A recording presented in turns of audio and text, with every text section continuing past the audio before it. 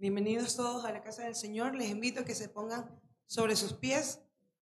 Vamos a cantar con mucho gozo porque Dios nos ha permitido estar este día aquí en su casa. Amén. Así que vamos a adorar.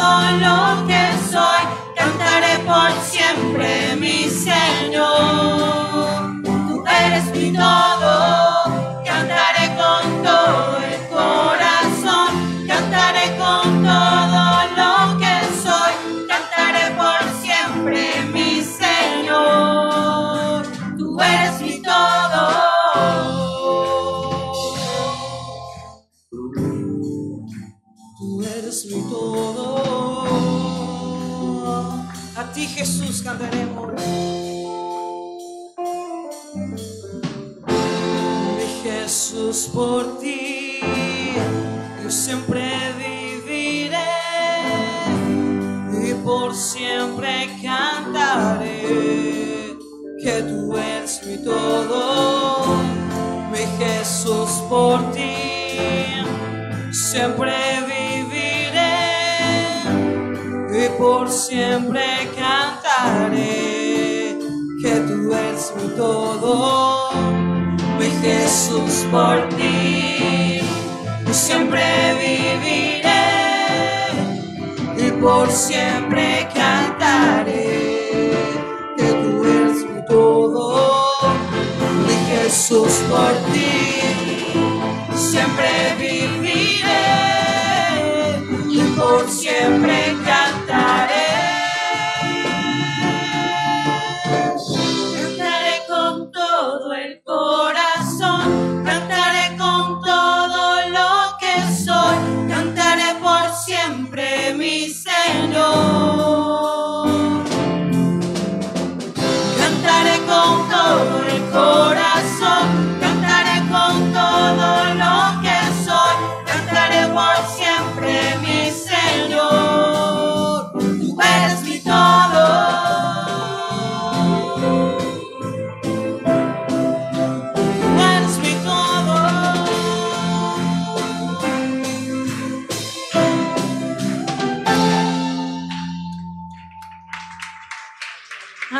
Gloria a Dios. Señor, te doy gracias en esta mañana por este día, que en la casa de Dios podamos estar. Oramos, Señor, también por nuestro pastor Carlos Quinto, que está en su casa, está en su residencia, está guardando reposo, Señor. Y sabemos, Padre, que tú tienes el control de todas las cosas y que su corazón está confiando en ti, Señor. Que él tiene el gran deseo de estar acá con nosotros. Yo sé que no se siente tan mal, que él puede estar físicamente, pero es importante que guarde su reposo. Así que, Padre, te pido que estés animándolo, estés guardando su vida y también la de toda su familia, su esposa y sus hijos, que son importantes, Señor, para tu gloria, Señor. Te pido que en esta mañana nos hables, Señor. Gracias, Señor, por permitirnos ser un instrumento hoy en la mañana para llevar tu palabra, llevar tu voz, Señor, y que seas tú el que hable a nuestros corazones, porque la Escritura es viva, es eficaz, y tu Espíritu Santo, Señor, toque nuestras vidas. En el nombre de Jesús oramos. Amén y amén. El día de hoy vamos a estudiar un pasaje en el libro de Juan, Juan capítulo 13. Así que vaya por favor a Juan capítulo 13. Para entrar en contexto del pasaje, el Señor Jesucristo ya había culminado su trabajo o su ministerio público. Ya había hablado, ya había predicado y era su última semana, era la semana, lo que se llama la semana de la pasión, lo nombramos a veces así, y él va a dar sus últimas instrucciones, va a dar las últimas instrucciones a ese grupo íntimo que tiene, están sus discípulos. Ellos 12 se han reunido y van a tomar la cena, justamente el día de hoy también, al final del servicio vamos a tomar la cena. Pero en este caso iba a ser la última cena que el Señor Jesucristo iba a tomar. Quiero que por favor leamos el versículo 1 del capítulo 13. Antes de la fiesta de la Pascua, sabiendo Jesús que su hora había llegado para que pasase de este mundo al Padre, como había amado a los suyos que estaban en el mundo, los amó hasta el fin. Qué frase tan extraordinaria. Porque no vamos a encontrar en el universo una capacidad de amar tanto como la de nuestro Señor Jesucristo. El Señor Jesucristo dice que ya al terminar su ministerio público, sabía que iba a la cruz, iba a tomar su última cena. Y les decía en la mañana que si usted analiza, para el Señor Jesucristo, esa última cena implicaba que el futuro Cordero Pascual que iba a ser crucificado iba a ser Él. Mientras la mente de los discípulos que estaban en ese aposento estaban tal vez pensando en el reino, y es normal, porque si usted analiza el capítulo 12, se va a dar cuenta que había una disputa entre ellos y preguntaban cuál iba a ser el preeminente o cuál iba a tener algún lugar en el reino.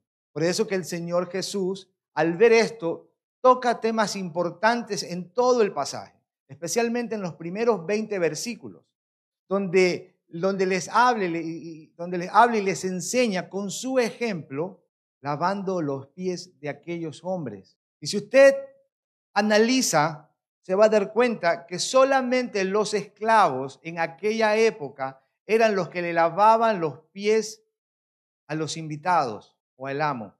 Y el Señor Jesús le da una lección, una gran lección a aquellos discípulos que estaban pensando en el futuro reino.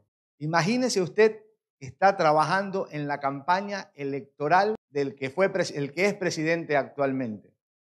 La mayoría de los que iban a trabajar en su campaña electoral están esperando un beneficio. Lógicamente, algún puesto que puedan lograr en el gobierno. Eso estaba ocurriendo con ellos. Así que no me los puedo imaginar ahí, los discípulos esperando el reino. Pero entre ellos había uno en especial, que era Judas, que es el personaje que en los primeros versículos del capítulo 21, que es donde vamos a estudiar, vamos a analizarlo un poco. Pero le hago una pregunta. ¿Cuál sería el tema principal del capítulo 13? Porque si bien es cierto, del 1 al 20, y usted lo puede leer en casa, hoy no voy a estudiar ese tema, usted va a darse cuenta que el énfasis está en el servicio. En que si quieres servir a Dios o quieres ser primero en el reino, que es la lección que le da a sus discípulos, era que tenían que servir, comportarse como un esclavo. Y usted puede sacar ese mensaje y está perfecto. Con rapidez usted va a encontrar ese punto. Pero el primer versículo le da un énfasis especial a todo el capítulo. El primer versículo dice que el Señor Jesucristo los amó hasta el fin, incluyendo Judas, el que lo iba a entregar. Así que todo el capítulo está hablando de amor, pero voy a encontrar algunos detalles que quiero hoy recalcar sobre la reacción que tenemos a ese amor extremo. ¿Cómo reaccionas al amor de Dios? ¿Cómo reaccionas cuando te das cuenta de lo que Dios ha hecho por ti? ¿Cuál es la reacción? ¿Cuál es la primera opción que tienes? Es aquí donde en el versículo 21 vamos a encontrar algunos detalles en Judas. Vamos al versículo 21, por favor. Habiendo dicho esto, dice, habiendo dicho Jesús esto, se conmovió en el espíritu. Y cuando aquí habla de conmoverse en el espíritu, recuerde que ya había declarado que iba a ser su última semana. Así que, ¿cuál era su tristeza? ¿Será desesperación acaso? ¿Será miedo por lo que iba a enfrentar? De cierto te digo, dijo el Señor, que uno de vosotros me va a entregar. Como dije anteriormente, el gran ejemplo que les estaba dando en los primeros 20 versículos tenía que ver de cómo llegar a ser primero en el reino. ¿Quieres tener preeminencia en el reino de Dios? Le dijo Jesús. Y ahí estaba Judas. La escala de valores que Judas tenía probablemente no era el de servir a los demás de esa manera. Pues había estado con el Señor Jesucristo en predicaciones donde había muchas personas, miles de personas. Había visto grandes sanidades. Había escuchado la autoridad con la que el Señor Jesucristo había predicado. Pero el dolor de nuestro Señor Jesucristo o su conmoción en ese momento no era por lo que iba a ocurrir después. Era porque Judas ya había tomado la decisión de venderlo. Él tenía toda la oportunidad para arrepentirse, pero sin embargo tomó la decisión. Yo sé que el pasaje anterior dice que él fue escogido. Y ahí hay algo que es muy interesante, porque él fue escogido con el propósito de que lo vendiera y Jesucristo lo eligió. Entre los 12, él escogió a uno que lo iba a vender. Pero la palabra dice que es para que se cumpla lo que dice la Escritura. Y ahí te puedes dar cuenta que existe una responsabilidad humana, porque él tenía la oportunidad de hacerlo, pero también existe un decreto de Dios. Es un poco difícil entender eso, pero a la vez un poco fácil. Porque el corazón del hombre es el que toma la decisión de decirle sí a Dios o no. Si analizas desde el 26 en adelante, te vas a dar cuenta de esos dos personajes. En el primero está Judas y al final termina con Pedro. Pero el centro de todo el pasaje está hablando de la glorificación de nuestro Señor Jesucristo y también del amor. Mira lo que dice, por ejemplo, el versículo 31. Entonces, cuando hubo salido, dijo Jesús, ahora es glorificado el Hijo del Hombre y Dios es glorificado en él. Y si Dios es glorificado en él, Dios también es glorificado en sí mismo y enseguida le glorificará. Hijitos, aún estaré con vosotros un poco. Me buscaréis, pero como dije a los judíos, así os digo ahora a vosotros. A donde yo voy, vosotros no podéis ir. Un mandamiento nuevo os doy, que os améis unos a otros, como yo os he amado, que también os améis unos a otros. Y en esto conocerán todos que sois mis discípulos. ¿Se da cuenta de un detalle? Que Jesucristo estaba pasando por un momento en el que él sabía que horas después todos los que decían que lo amaban y estaban junto a él, iban a salir corriendo. Pero eso jamás cambió la convicción y la profundidad de amor que tenía con ellos.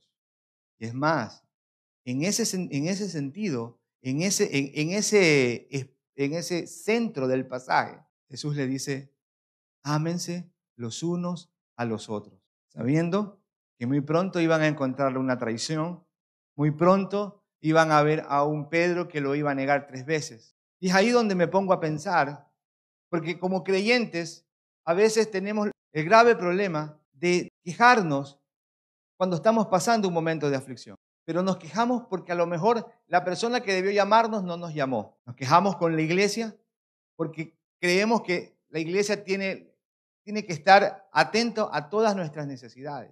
Pero creo que el Señor Jesucristo nos muestra algo. Él amó profundamente a aquellos discípulos, sabiendo lo que iba a ocurrir después. Es por eso que cada creyente debe de entender que tiene que también pasar su proceso. Hay grandes procesos que debemos pasar, pero solamente cuando comprendemos lo que nuestro Señor Jesucristo hizo en la cruz, lo vamos a comprender. Analicemos la traición. Versículo 21.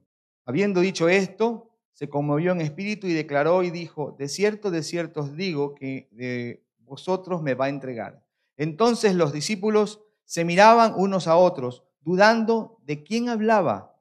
Y uno de sus discípulos, el cual Jesús amaba, estaba recostado al lado de Jesús. A este pues hizo señas Simón Pedro, para que le preguntase quién era el que le iba a entregar. Él entonces, recostado cerca del pecho, les dijo, Señor, ¿quién es? Respondió Jesús, a quien yo diere el pan mojado, y aquel es, y mojando el pan, lo dio a Judas Iscariote, hijo de Simón. Y después del bocado, Satanás entró en él. Entonces Jesús le dijo, lo que vas a hacer, hazlo pronto. Pero ninguno de los que estaban en la mesa entendió por qué él les dijo esto. Porque algunos pensaban, puesto que Judas tenía la bolsa, que Jesús le decía, compra lo que necesitamos para la fiesta, o que diese algo a los pobres. Cuando él, pues, hubo tomado el bocado, luego salió y era de noche. Cuando Jesús expresó su amor hacia ellos, se encontraba Judas, sabiendo que a pesar de él haber estado junto con el Señor Jesucristo en todo su ministerio, nunca confió en él plenamente. Lo más probable es que mientras estaba en el entrenamiento de sus 3 años, estaba pensando en qué parte del reino o qué ministerio celestial va a recibir en los cielos. Y ese es el gran problema a veces como creyentes, que podemos pensar de que todo lo que hacemos tiene que ver con algún tipo de privilegio que podamos ganar, algún tipo de privilegio que nosotros podamos lograr. Judas había visto los poderosos milagros, escuchó las enseñanzas del mismo maestro, del maestro de los maestros. Un detalle interesante, salió a predicar junto con los otros discípulos, pero había un gran problema en él, porque el pecado que estaba en el corazón de él era porque no lo podía quitar por sí mismo, porque era necesario que se arrepienta de sus pecados. Y ahí es donde yo veo un problema en la vida de Judas. ¿Qué hace que una persona se arrepienta? ¿Cómo funciona el arrepentimiento? Porque él tomó la decisión de vender al Señor Jesucristo por 30 piezas de plata. Su corazón estaba puesto en las riquezas. Su corazón estaba puesto en los beneficios terrenales. Él no pudo ver más allá de sus ojos. ¿Cuántas veces podemos vivir aquí en la tierra pensando en los beneficios temporales? No digo que desechemos los beneficios. No digo que no son importantes mientras vivimos en esto, pero tenemos la tendencia de recibir ciertas bendiciones y poner nuestra confianza en las bendiciones. Creo que es lo que ocurría con él. Él no estaba mirando lo maravilloso que iba a ser el reino de Dios, estaba mirando los beneficios que iba a recibir. Por eso en el capítulo anterior usted va a notar la disputa que tenían entre ellos. Y a pesar de que no se nombra Judas, estoy seguro que estuvo en la conversación. Mira lo que dice el versículo 15 y del versículo 17, del 15 al 17. Porque el ejemplo os he dado, para que como yo os he hecho, vosotros también hagáis. de cierto os digo, el siervo no es mayor que su señor, ni el enviado es mayor que el que le envió. Si sabéis estas cosas, bienaventurado seréis si las hiciereis. La escala de valores estaba puesta en las cosas materiales, pero el Señor le había dado una lección. Le había dicho que no eran por las cosas materiales que tienes que acercarte a Él, sino para servirlo. Había demostrado con el lavamiento de pies que tenías que convertirte como un esclavo para Dios.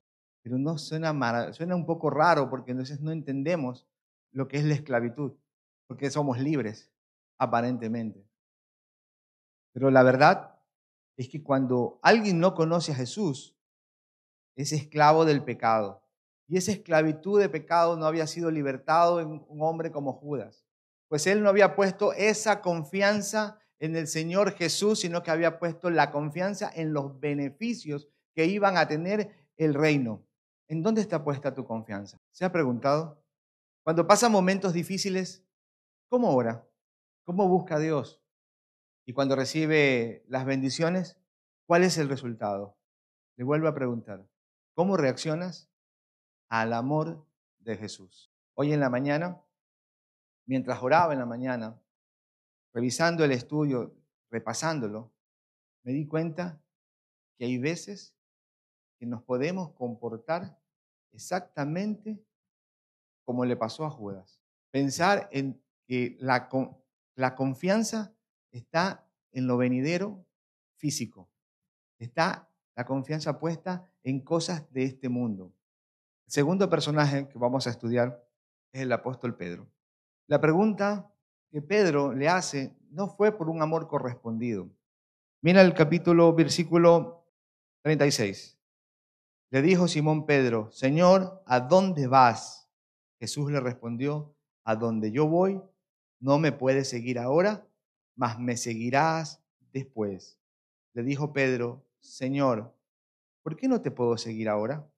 Pareciera que el apóstol Pedro se había quedado en el versículo 33. Se quedó en pausa, porque él solamente contesta o le habla en base a lo que Jesús le dice que se va a ir, pero se olvida de lo que dice después, que habla del amor de Dios, del amor que deben tener los unos con los otros.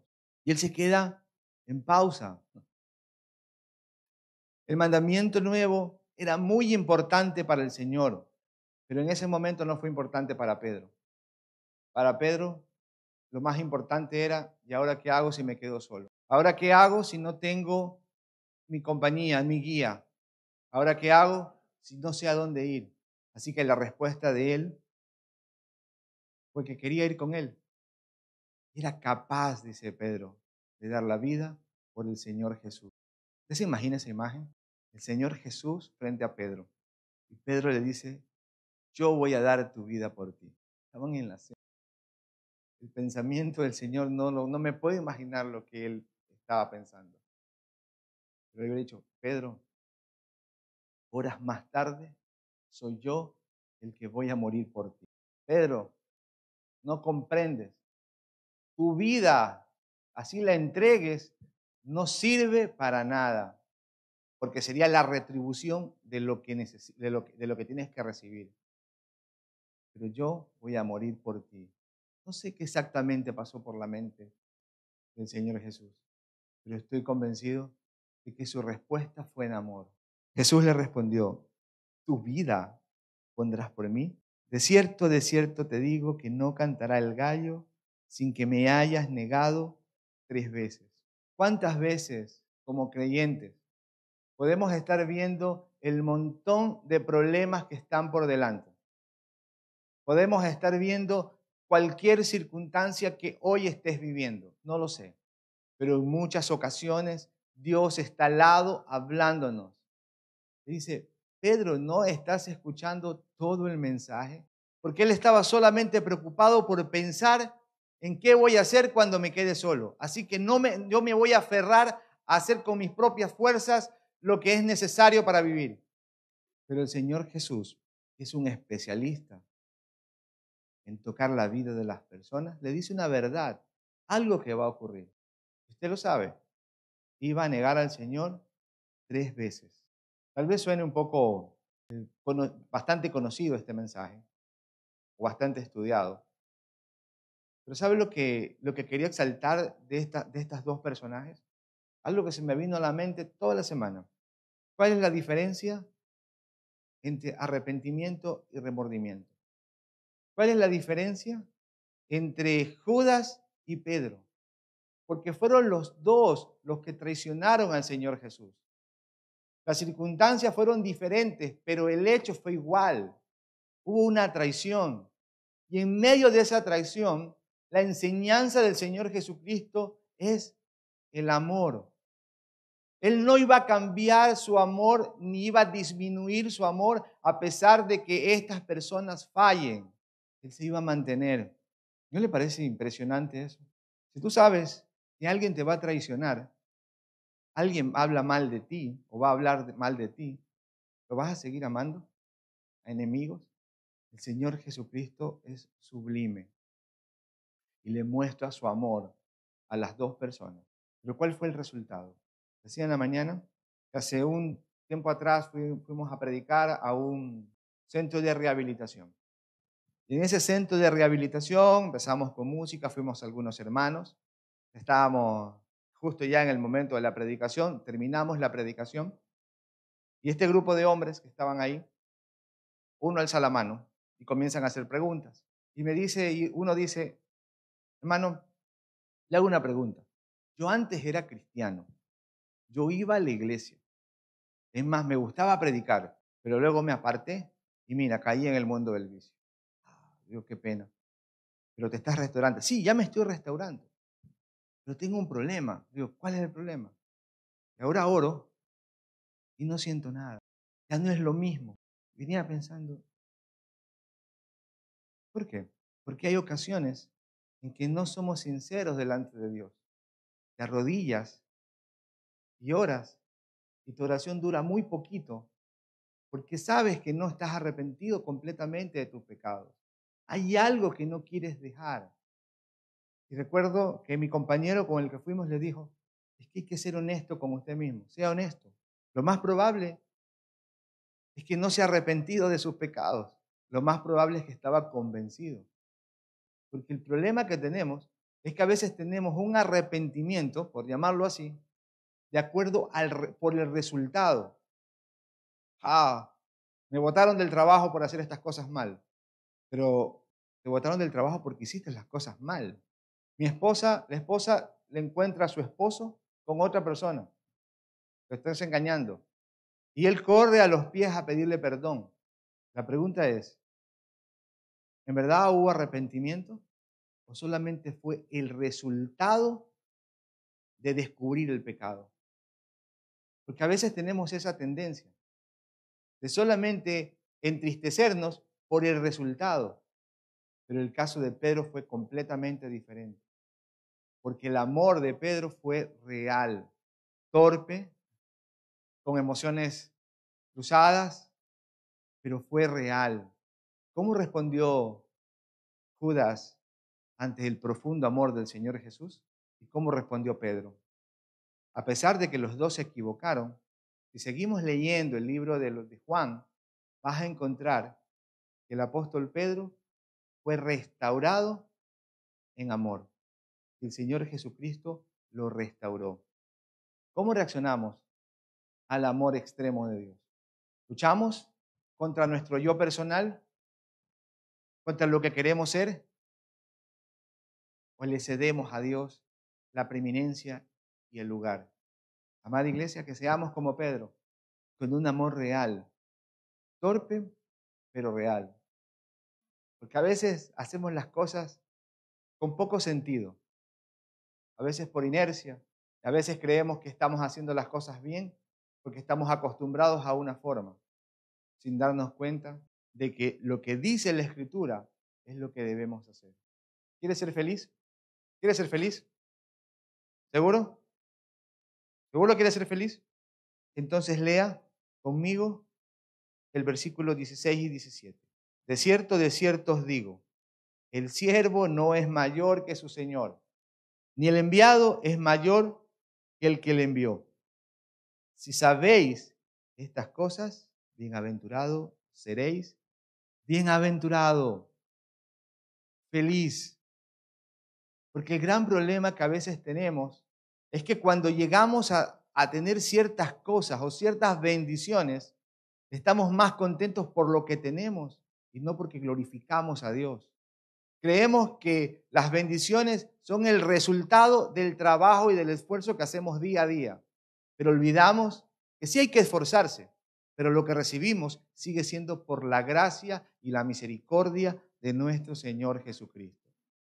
¿Arrepentido o convencido? Hoy es la cena del Señor. El primer domingo de cada mes siempre celebramos la cena del Señor.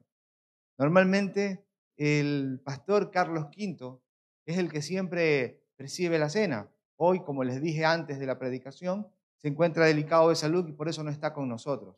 Pero vamos a tomar la cena. Le hago una pregunta, ¿cómo la va a tomar hoy día? ¿Con un amor real y genuino hacia Dios? ¿O con pensamientos que tienen que ver con la falta de bendiciones que aparentemente necesitamos? ¿Cómo nos vemos día a día? ¿Cómo llevo mi vida día a día? Como dije al inicio del culto, en un agradecimiento constante, quiero que por favor oremos.